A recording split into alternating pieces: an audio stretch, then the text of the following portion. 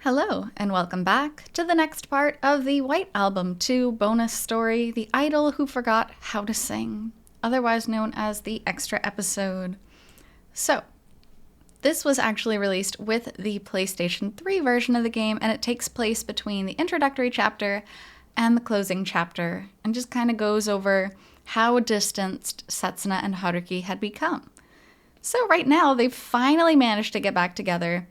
Not as a couple, but just walking around the school festival, thanks to Takaya and Io pulling a prank on them. So, let's continue from here. Any toppings for you, miss? We've got sesame seeds, pickled ginger, and grated garlic. Oh, no thank you. Come on, at least try the garlic. It takes the flavor to a whole new level. Hey, Asai, quit trying to push garlic on a girl this early in the day. Ah. Honestly, ramen breath is one of the worst things to have, and this is coming from someone who loves ramen. So, a lot of grated garlic in your ramen is just gonna take your breath to a whole new level. They entered the Wander Vocal Club ramen stand right as it opened, and were hailed by the spirited, resonant voice of the well-built vendor, which would have been more suitable for a far greater number of customers. It wasn't especially comfortable. However, at the moment, that level of discomfort was actually pleasant for Setsuna. With other things grabbing their attention, they wouldn't be able to focus solely on each other. It was perfect. Which is again why I had mentioned walking around the school festival is a really low stakes date, because there's so many things that you can do. You don't have to be like one-on-one kind of thing the whole time. As Haruki had so aptly pointed out, the pork ramen they were served within 3 minutes of ordering was of a quality that could really only belong to University Festival ramen. They each took their first bites and exchanged strained smiles with each other. However, their sharing in this mistake seemed to relieve some of their mutual tension, and as they ate their ramen in silence, the atmosphere between them was as warm as the steam drifting around them. Hey, welcome! Wangel Ramen is open for business. You can have a seat right now if you like. How about it, guy? All right, see ya. The woodsman's bellowing continued to sound out, in complete disregard for the comfort of the customers. Okay, to be fair, when you're at a festival event like this, it's always going to be loud and uncomfortable, and the food is not even supposed to be top tier. It's more of the atmosphere that you're supposed to get excited about. In the midst of that din, Setsuna took advantage of the fact that attention wouldn't be drawn to her behavior or conversation, and sat by his side, slurping her ramen, sipping the soup, and... What? Oh, nothing. She questioned his gaze. Come on, just tell me. Because her feelings were now as warm as her body. Because she had gained the stamina to take one little step further. No, I was about to say something, but it might come off rude. Oh, you mean this? Yeah, you're still doing it. When she realized that Haruki was looking a bit behind her face, Setsuna's left hand impulsively moved. At the back of her hair, which that hand was holding, jumped with it. You always do that when you're eating ramen. Always do... Oh, you mean holding my hair behind? Yeah, you don't hold it back with your hand the entire time, do you? I know it would be easier to tie it back, but that wouldn't look good on me. Really? I mean, I always have my hair tied up in pigtails already. It's not like I can tie it up again. I hadn't thought about that. That's crud. No, she could absolutely tie it back. Her pigtails are like so thick that they hardly look like pigtails. Yep. Of course, if I had straight hair like Toma-san, I'd look cute with a ponytail. You're plenty cute, Setsuna. What? I mean, the way you put all this effort into fussing over little things like that is so snooty. It's cute. Snooty. I can't really tell whether you're complimenting me or insulting me. Sorry. Not that I really care. I'm happy either way. Setsuna. Come on, eat your ramen before it gets soggy. In that instance, he had similarly prefaced his remark by warning that it would be insensitive and rude. You can't get rid of a habit like this that easily. Huh. In that instance, they were also at a school festival ramen stand. It was the day of their public debut as boyfriend and girlfriend. Oh, their first day and they went and got ramen. That's so cute. Nothing's gonna change that much in a year. Yeah? Yeah. At Setsuna's slightly pouty scolding, Haruki fell silent again. I don't think it was really a scolding. But the silence this time was more relaxing, not like the awkward silence of before.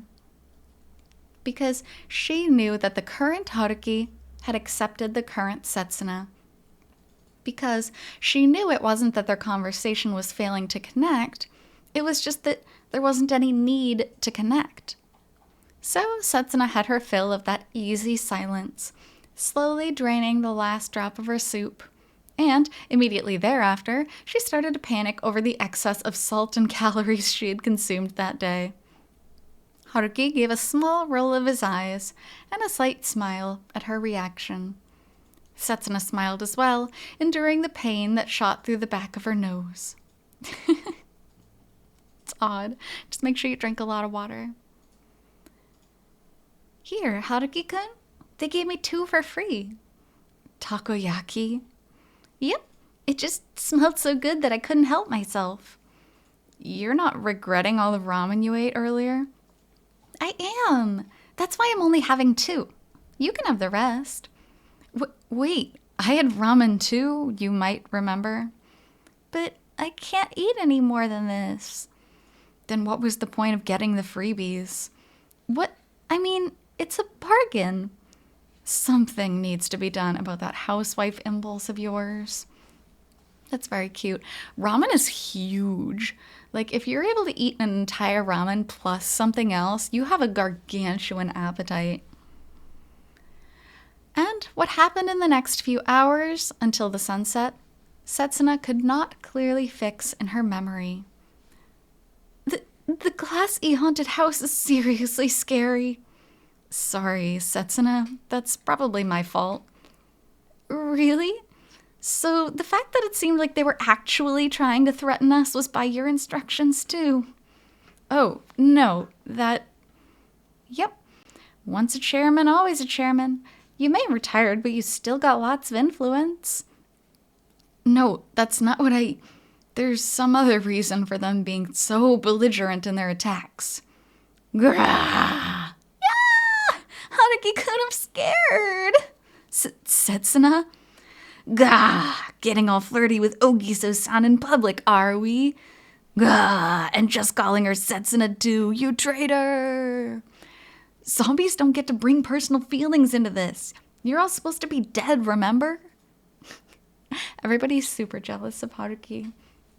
I mean, who wouldn't be? She had longed to spend time like this. She was spending it with the person she'd always wanted. Setsuna, you're really planning on going to the Taisho tea house? Well, it's the last day. You haven't gone right yet. It's our class's booth. Hey, on the first day before everything opened. But Io's gonna be there today. Why don't we just stop in? I'm not interested in getting teased. Oh, wow. Just look at that line, even though it's the last day. See, wouldn't you feel ridiculous waiting in line for your own class? Oh, it's fine. We won't get bored if we chat while we wait. Let's go. Wait, think about my safety. I can't get caught in that crowd. Because everybody is going to see him on a date with Setsuna. But Setsuna's memories, her awareness, her knowledge that she was right here in this moment, blended together with her memories of the past, leaving her feeling as though she were walking somewhere above the clouds. Why don't we go to the politics and economics booth? Takaya and Kun and Io might be there. No thanks, not there. Why? Setsuna, you're never going to change, are you? Change what? Do you ever think about how other people are looking at you? Or whether they might misunderstand? I'm aware of all that. Really? Really? Almost excessively. I'm constantly thinking about how other people see me. Then think about it right now. If the two of us were to show up there. A misunderstanding? Huh? Honestly, they both think far too much about what other people think. Just enjoy yourselves and let them think whatever. Setsuna. Never mind. Past and present, dream and reality, recollection and hope. All of this information from scattered places and times ate into Setsuna one by one, disturbing her emotions. The gate's going to be closed soon. Already? Yeah, it's 6:45. Right, there's no closing event tonight. I mean, it is only the first day. And no folk dance. Yeah. Right, I see. Setsuna? So... Should I walk you home? Huh? I mean, may I walk you home, please? Haruki-kun. Wait, no, Sorry, forget what I just said. Hey, they're so awkward. They're so weird. Why don't we rest for a bit? Before she realized it, it had gotten dark out. Night had fallen. Ow! What's wrong? My foot got stepped on. Ah, sorry. I haven't done any folk dancing since elementary school. Oh, no, it wasn't you. It was one of the other guys. Huh? See those guys over there who aren't dancing? They've actually done it a few times now. It's not funny. You know you're the reason for it. Ah. But I knew people would get jealous, but this goes way beyond what I expected. You're way too popular, Setsuna.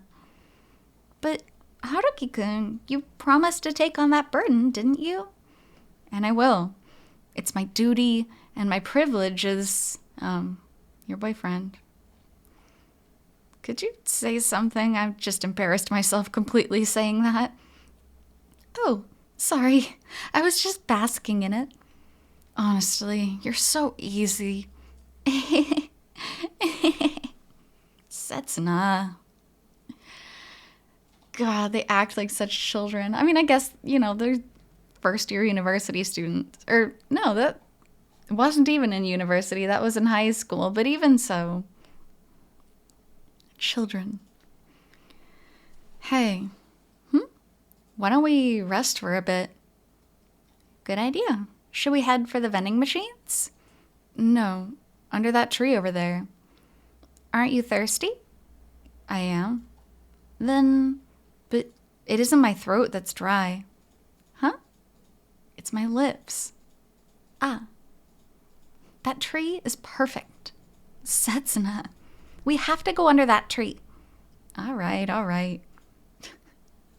That's the worst, cheesiest pickup line. My throat's not dry, my lips are. Oh my god, that's embarrassing. By the way, that wouldn't work. Don't use that line in real life. That's just cringy and weird. In music room number 2, and under the tree in the schoolyard. That night at the festival, when the two of them confirmed their feelings for one another. So, how was the first day of the Hojo Festival, everyone? According to the Action Committee's report, our first day general entrance count topped last year's by about 500, which is easily a record high. In the empty classroom, its lights already turned off, the only sounds to be heard were the bustle from outside. Not as great as it was during the day, and from somewhere, voices on a radio.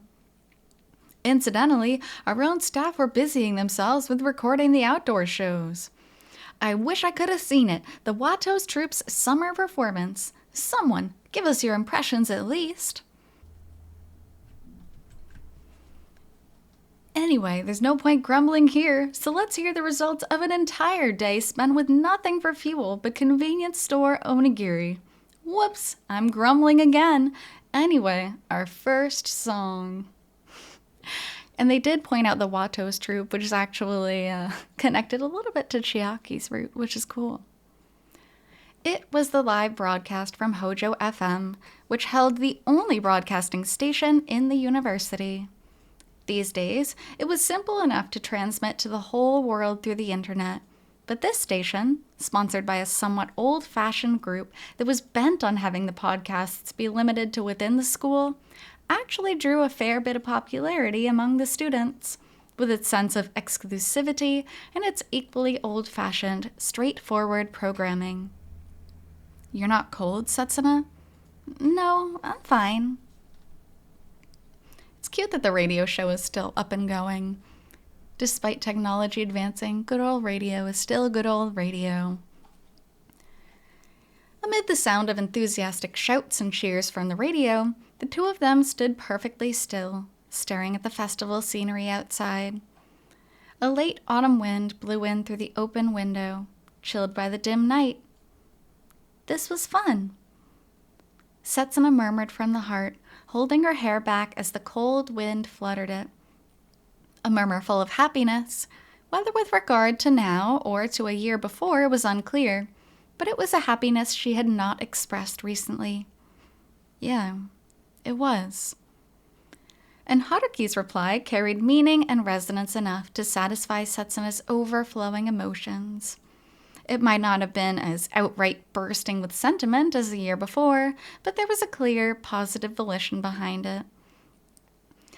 Which, to be fair, they're carrying a lot more baggage than they were the year before. So even though they did have a really good day, they also have to think about all the other things that happened. We ate ramen, takoyaki, candy apples, crepes. My stomach still feels heavy. I'd never visited a manga club before, so that was neat, though I wasn't quite sold on the portraits they were drawing. I thought their super deformed style was pretty good. Also, super deformed is the Japanese way of saying chibi. I mean, they do say chibi as well, but for English speakers, it's very, very much more well known as chibi. Nobody says super deformed. The flea market was great too. I had so much trouble deciding what to buy. You just haggled and haggled and haggled. Though I didn't get to visit the Taisho tea house because a certain someone didn't want to go, but will you please just imagine what a disaster it would have been? But I really, really enjoyed myself. Yeah, me too. Unable to contain her surging emotions, she took in a deep I was trying to say deep breath and big breath at the same time. Big breath. Turned her gaze from outside the window to the inside of the classroom and swallowed that breath hard. Not because her expectation was betrayed, but because it was fulfilled. I enjoyed it, Setsuna. Haruki-kun. I shouldn't. Setsuna's heart sounded furious alarm bells. At some point, her eyes had become accustomed to the dark. She remembered why she had been looking outside until now. As a result, the look on Haruki's face at that moment was burned into her eyes. Thank you so much for today. A look of shy gladness. A look she hadn't seen for the past half a year. A look she had seen constantly until the end of that winter. She shouldn't do it. Oh, a lot of emotions running high now. She was on the verge of departing from simple, swept-up emotions. She would become a figure that troubled Haruki, made him suffer. I haven't enjoyed myself this much since I started college. Huh? She shouldn't. Oh. But she needs to be honest also. Being honest is also very important. Being passive I mean, I guess at this point they're trying to be slow and steady and Setsuna's kind of panicking, but at least she's being honest with herself. And yet, Setsuna couldn't keep a sob from finding its way into her voice. I had so much fun. I was so happy today. Setsuna. The exact situation she had feared occurred immediately. Why? Why? The look that came into Haruki's face was unbearable, full of guilt, regret, and sorrow. Why are you talking like that again? Probably changing to the same expression she held. This can't have been that big a deal for you, Setsuna. But you said it was fun, Haruki-kun. You thanked me. I'm not talking about me, I'm talking about you. The results had surpassed her expectations. They'd done so much talking, walked together, laughed together. She genuinely hadn't imagined that things would go this well. Today should have been more than enough to satisfy her, even if they parted now. There's nothing good about staying stuck on me. That's up to me. You don't get to decide that. But she couldn't keep a hold on her greed, seeking something more when things were already going well. I mean, it's also scary because when you're in this, I would call it like a fit of depression, because they both still are in that. When you start riding high, you start worrying about losing it all. And that's where you end up losing it all because you're worried about losing it all. And that's where Setsuna and Haruki are stuck now. Although Setsuna more so. Everyone in your department and people outside of it, guys and girls, they're interested in you, Setsuna. They want to get to know you. So, if you'll just look somewhere outside, someone else will... I can't do that. Why? Because I'm selfish. I'm an expensive woman. Expensive woman is such an odd phrase. That's not true. You're not really the way you look at all. You're ordinary, family-oriented, a little bit mean, but kind at your depths. Anyone would fall for you. I'm only like that with the boy I like. Setsuna. Yeah, well, if she was herself around other people, maybe she would have a bigger dating pool of people that she's interested in. She could only keep going forward. Yes, like you said, a lot of people have come up and talked to me and invited me to do stuff. With no preparation or strategy, all she could do was leave things up to chance. Join our club, enter the Miss Hojo contest, sing for a band. It was disgusting. They wouldn't leave you alone. I came after you to join the contest too. I was pretty disgustingly persistent about it. I mean, not really. He was the one who straight up told her, hey, if you don't want to do the Miss Hojo High contest, you shouldn't do it. But none of them cared about my own circumstances. They had no concern for me. They didn't try to get to my core. There's only ever been one person who pushed his way into my life with no ulterior motives whatsoever. So she felt no more shame over her real self. But also, to be fair, he pushed his way into her life to get her to join his band. Just saying. That's definitely an ulterior motive. I'm the girl they call that Setsuna Ogiso. The expensive princess that she was. I'm a fake idol that everybody put on a pedestal. The bothersome princess, not expensive in worth, but in difficulty, in effort required to ascertain her true nature.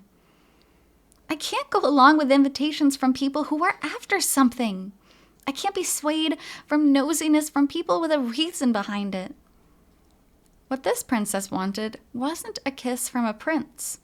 What she truly wanted was a scolding from the minister. Strict, nagging, a lecture with sincerity behind it. Haruki-kun. No, Setsuna. Setsuna's left hand twined around Haruki's right. Remember how much I hurt you? Pressing finger by finger, wrapping them all up in her soft palm. I've left you alone for half a year. You can make up for it over the next half a year and beyond. And now they intertwined. Setsuna's right hand and Haruki's left hand.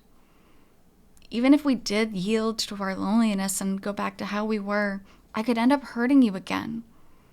We won't know that unless we try. That's a horrible sentence, by the way. Imagine he cheats on his girlfriend, and then they end up almost together again, and he's like, I might do it again. Why would that even run through your mind? Why would that even occur to you? If you were truly regretful over your actions, why would you immediately be like, maybe I'll do it again? That's so cruel. There in the darkness, Setsuna's hot breaths and her eyes, sparkling in the faint bit of light, were all that reached Haruki. I don't deserve your forgiveness. That's up to me to decide. And Setsuna made up her mind to take one more step, bringing their hands to her chest, bumping her forehead against Haruki's chest. Because I love you. I still love you, and I always have, Haruki-kun. Their bodies were touching. Now, all that remained was for their hearts to touch. Setsuna. Haruki-kun. And that was only a matter of time, surely. Haruki couldn't leave Setsuna alone, not when they were both on the verge of tears. He would compare the sin of hurting Setsuna back then with the sin of hurting her now, and would realize how ridiculous it would be to add a new sin on top of it. Setsuna, Haruki-kun, but, Why?